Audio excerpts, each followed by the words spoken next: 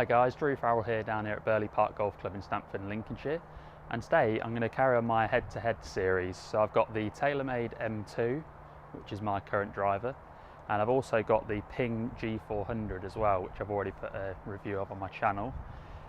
So Taylormade, this has been a really popular driver this year. I'm loving it so far. I've really never had a driver as good as this in my bag. So with Taylormade, we've got the carbon top, which is layered with the white border, which I think looks really good down by the ball. Certainly makes the head look really big down by the ball in the dress position. They've got this new G acoustics technology put in the toe as well, which is like a stripped out area. Here they're saving weight and distributing it elsewhere, and it's also to help you with the acoustics and the sound of the driver. They've got this little channel here at the back of the face here, which again is going to encourage the driver to flex, or the face to flex when you're striking the ball, to keep your ball speeds up. So when you're striking slightly off centre as well, it's designed to keep your, these ball speeds up to your maximum levels. It's also got the changeable neck, which you've got on a lot of the other Taylormade drivers. This one can go up to, down to, and it's also got an upright setting, which I feel is quite helpful for a lot of golfers as well.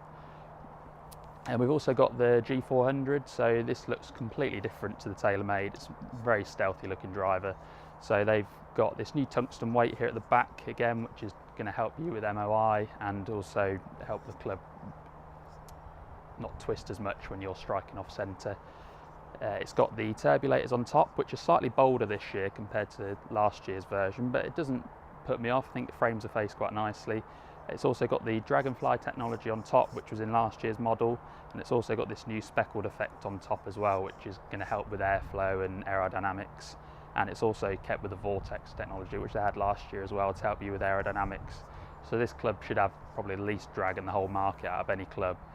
They've also got the changeable neck on this as well, which I've had for a couple of years now. So this goes up a degree and down a degree, and 0.6 either way as well. So I'm going to give them both a test on GC2 here on the floor. I've got some premium tricks and range balls as well, and then join me back here in a minute and I'll show you some results.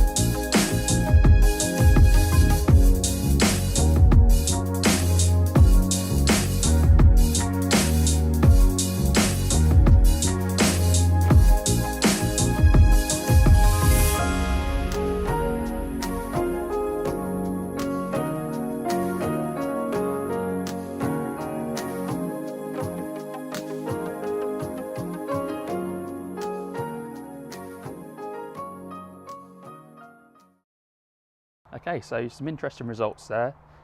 I'll throw them up on screen for you now. So Taylormade M2 to start with. So the ball speed they're averaging at 158, lowest there at 156 and the highest at 160, which is a little bit on the low side for me, but it is early in the morning, so I'm probably not quite as limber as I should be. Launch angle there at 13, which for me is really good. That's exactly what I'm looking for in my driver. The backspin there at 2.2, which again for me is great. This is probably one of the main reasons I'm using this driver. It's so good for me, keeping the backspin down. I've always struggling with if I'm striking off centre, my spin generally goes through the roof. Peak height there at 35, which again is great. That's really helping me get my best numbers. And average carry there at 274, so the lowest at 270 and the highest at 281. So dispersion front to back is fantastic there for me as well. The Ping G400, average ball speed there at 161, so you're seeing a bit of a jump there, so 156, that's one where I've not quite struck it out the middle of the bat there, and the highest there at 164, which is there or thereabouts for me, around there normally. Launch at 12.3, I've got both of these drivers set up on the same loft, they're both set at 9.5, so launching a tiny bit lower on the G400. The spin there at 2.7, so again this is what concerns me with this driver, just for my own personal use, is the spin's jumping up quite a lot up and down there. So lowest there at 1.7 and the highest at 3.1, so that is again more my strike than anything else, but obviously I want a driver that's going to really keep that down for me as much as possible. Peak height there at 37, so the highest at 43 and the lowest there at 30, so again that's probably more my slightly bottom strike than anything else there.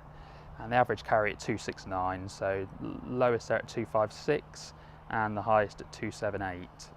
So that's a good hit for me, that is. I do get some good numbers out of this Ping driver, but I just feel when I'm not quite striking it well and when I'm not playing my best golf, I just feel the M2 is going to keep my spin down for me and get me my better numbers on all my off-centre hits and when I'm not quite swinging it well.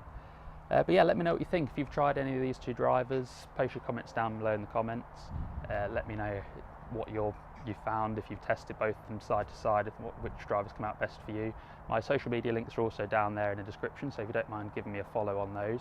And there will be a new head-to-head coming up after this, which will be the Callaway Epic Sub-Zero versus my current M2 as well. So thank you for watching the video and see you soon.